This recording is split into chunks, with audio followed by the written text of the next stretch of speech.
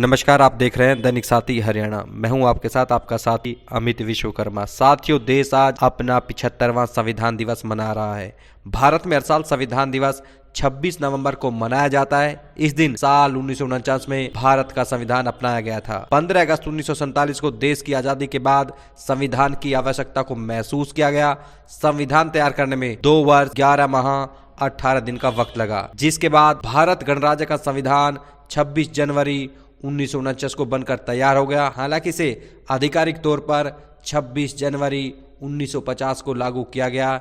इस दिन को गणतंत्र दिवस के रूप में हर साल मनाया जाता है।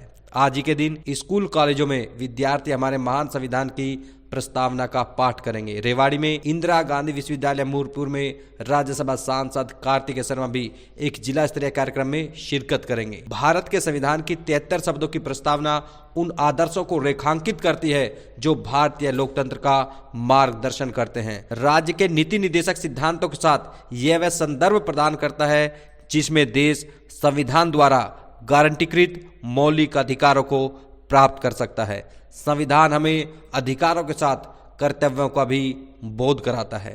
यह है हमारे संविधान की प्रस्तावना। हम भारत के लोग भारत को एक संपूर्ण प्रभुत्व संपन्न समाजवादी पंथ निरपेक्ष लोकतंत्रात्मक गणराज्य बनाने के लिए तथा उसके समस्त नागरिकों को सामाजिक, आर्थिक, राजनीतिक न्याय, विचार, अभिव्यक्ति, विश्वास, धर्म और उपासना की स्वतंत्रता, प्रतिष्ठा और अवसर की समता प्राप्त करने के लिए तथा उन सब में व्यक्ति की गरिमा और राष्ट्र की एकता व अखंडता सुनिश्चित कराने वाली बंधुता बढ़ाने के लिए दृढ़ संकल्पित होकर अपनी संविधान सभा में आज तारीख 26 नवंबर 1949 ईस्वी मिति मार्गशीर शुक्ल सप्तमी संवत 2006 विक्रमित एदत द्वारा संविधान को अंगीकृत, अधिनियमित और आत्मर्पित करते हैं। संविधान दिवस के बारे में अधिकतर हम सभी जानते हैं, फिर आप सोच रहे होंगे इसको बताने का यहाँ क्या मतलब जरूर है। रेवाड़ी शहर की इन 4 तस्वीरों को देखिए।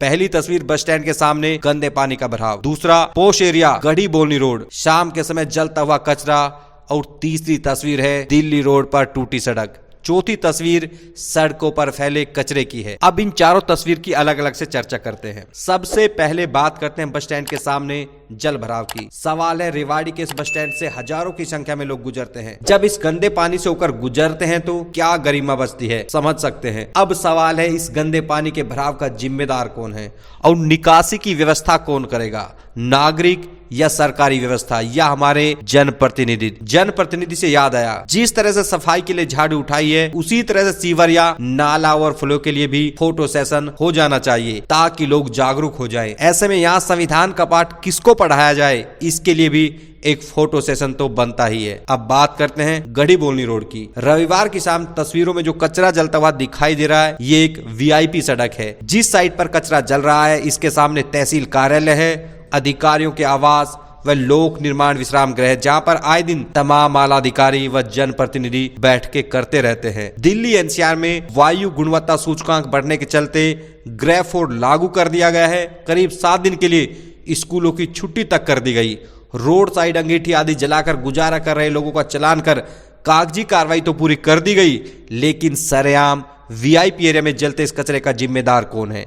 इससे निजात दिलाने के लिए एक प्रेस कॉन्फ्रेंस कर कमेटियों का गठन हो जाना चाहिए और फिर एक फोटो सेशन, ताकि चैनल्स व अखबारों की सुर्खियां बटोरी जा सकें। जब सांस लेने तक मुश्किल हो जाए तो कौन सी गरिमा बची समझ नहीं आता, फिर भी एक फोटो सेशन तो बनता ही है। तीसरे नंबर पर बात करते हैं दिल्ली रोड पर टूटी सड़क की। जैसा कि बताया, प्रदूषण बढ़ने के चलते ग्रे 4 की पाबंदियां लगाई गई, यानी तमाम कंस्ट्रक्शन साइट्स को बंद कर दिया गया है। सड़कों पर पानी के छिड़काव के आदेश दिए गए हैं ताकि सड़कों से धूल न उड़े, जिसके चलते पोल्यूशन बढ़ता है। लेकिन इस टूटी सड़क से उड़ती धूल का जिम्मेदार कौन है? अधिकारी, कर्मचारी, जनप्रतिनिधि या नागरिक? यह एक गड्ढा उदाहरण मात्र है। रेवाड़ी शहर की सड़कों पर अनेक ऐसे गड्ढे हैं जो किसी को दिखाई शायद नहीं देते, क्योंकि जिम्मेदारों को भी पता है काम फोटो सेशन से ही चल जाएगा, तो काम क्यों करना। अब बात करते हैं गंदगी पर। हाथों में झाड़ू उठाना कोई गलत काम नहीं है।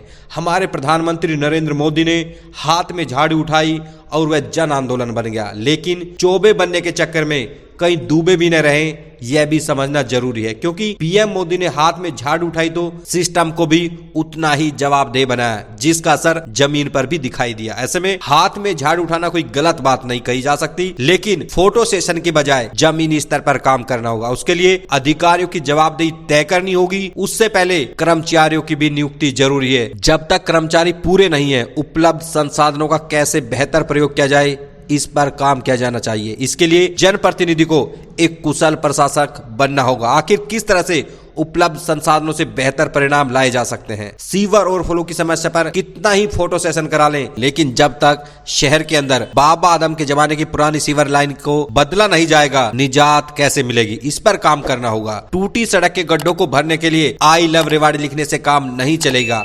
संबंधित विभाग के अधिकारियों व कर्मचारियों की जवाबदेही तो तय करनी ही होगी। अब नागरिकों से भी अपील है कि आई लव रेवाड़ी जरूर लिखे, लेकिन अपने कर्तव्यों को समझते हुए अपनी भागीदारी के साथ जनप्रतिनिधियों व अधिकारियों को जगाने के लिए भी आगे आए। नमस्कार।